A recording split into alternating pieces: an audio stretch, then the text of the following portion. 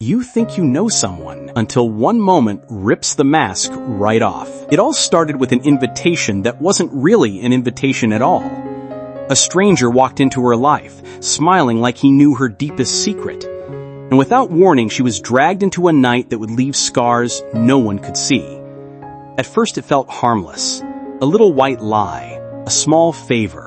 She never thought it would end with her standing in the middle of a glittering ballroom, surrounded by hundreds of strangers whispering her name, while the one man she feared most raised his glass to her downfall. The truth is, this story isn't about the invitation. It's about what came after, about the choices that twist lives together in ways no one expects, and about the night when everything, family, love, and betrayal collided in the cruelest way possible. It began on an ordinary Tuesday morning, when Emily was counting coins at the cafe till, thinking about overdue bills and the rent she might not be able to pay. That's when Daniel walked in. He wasn't just handsome.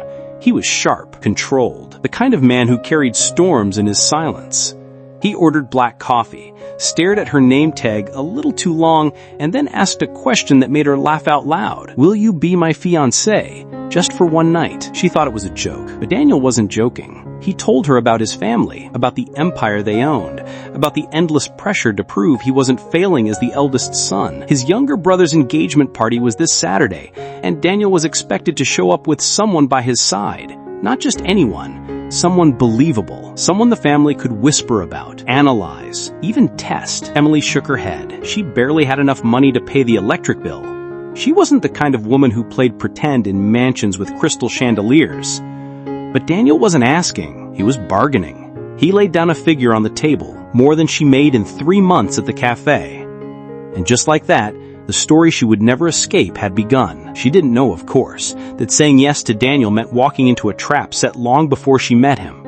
A trap carefully built by someone who once swore he loved her, and who would rather see her destroyed than let her go. Emily's phone buzzed on the nightstand, jolting her awake. The screen glowed in the darkness. An anonymous message. "Do you really know who your best friend is?" Her chest tightened. She looked at the message again, her fingers trembling. Another notification followed before she could even think.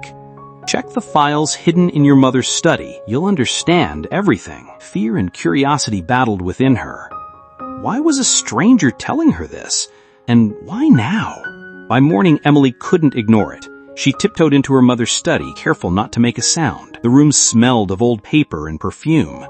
She opened drawers, searching, until she found a small, locked box at the very back of a cabinet. Her pulse hammered as she pried it open with a hairpin. Inside were letters, yellowed with age, letters signed by her best friend, Claire. But the dates didn't make sense. They were written years before Emily and Claire even met.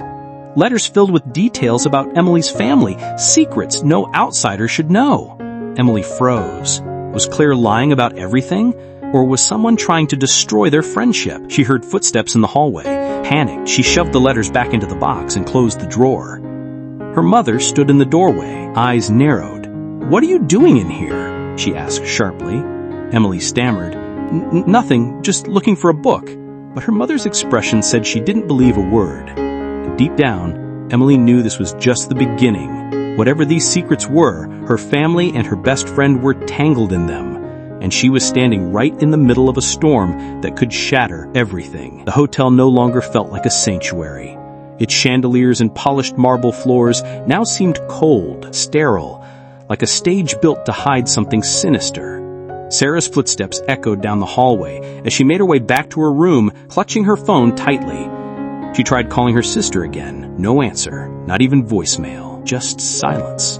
When she unlocked her door, something was wrong. She froze. Her suitcase wasn't where she had left it. The bedspread was crumpled as though someone had sat on it. And there, on the nightstand, lay a single folded piece of paper. With trembling hands, Sarah opened it. "You shouldn't be here. Leave before it's too late." Her pulse thundered in her ears. Who wrote this? The staff? A guest? Someone who had seen her at the bakery? Then came a knock, slow, deliberate. "Room service," a voice called softly, but she hadn't ordered anything.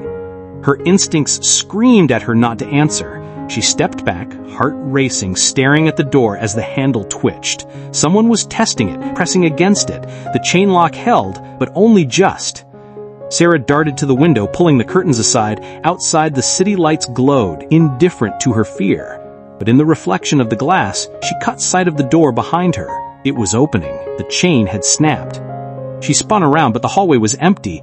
No one stood there, just the eerie silence of the corridor. But on the carpet, just inside her room, was something new. A small cardboard box. Shaking, she crouched and opened it. Inside was a child's doll. Its porcelain face cracked, its eyes gouged out.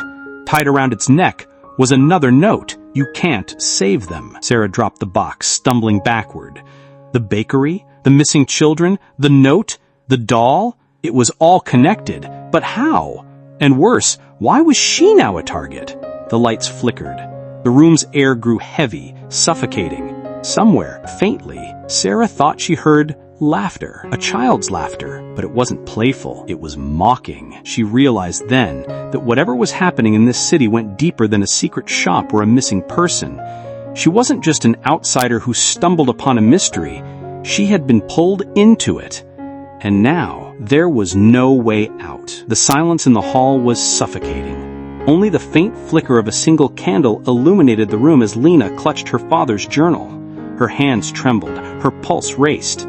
Suddenly, the door slammed shut behind her. She spun around. Aunt Marjorie was standing there, her face twisted with a grotesque smile. "You weren't supposed to find that," Marjorie hissed, stepping closer, her shadow stretching unnaturally across the walls. Lena backed away, gripping the journal like a weapon. This is the truth, isn't it? My father never left. He never escaped this house." Marjorie's laughter was sharp, echoing through the room. "Oh, darling, your father tried to escape. He begged me to free him from the family's burden. But no one leaves. Not him, not your mother, not you." Lena felt her knees weaken, the words cut like shards of glass. "You killed him," she whispered. Marjorie's eyes glowed with a hunger that didn't belong to a human. "No, I didn't kill him. The house did. And now it wants you." The walls began to creak. The air grew thick, heavy, almost alive. Shadows twisted into claw-like forms reaching towards Lena. Panic surged through her veins. She flipped open the journal, scanning frantically until her eyes landed on a final note scrawled in her father's handwriting. "The only way to end it is to burn it all. The house feeds on secrets. Fire is the only truth it cannot consume." With trembling determination, Lena grabbed the candle from the table. Marjorie lunged at her, shrieking, but Lena held the flame high. "This ends tonight!" she screamed. The journal ignited instantly. Fire spread across the pages, then leapt to the wooden walls. The house roared like a wounded beast as flames consumed it.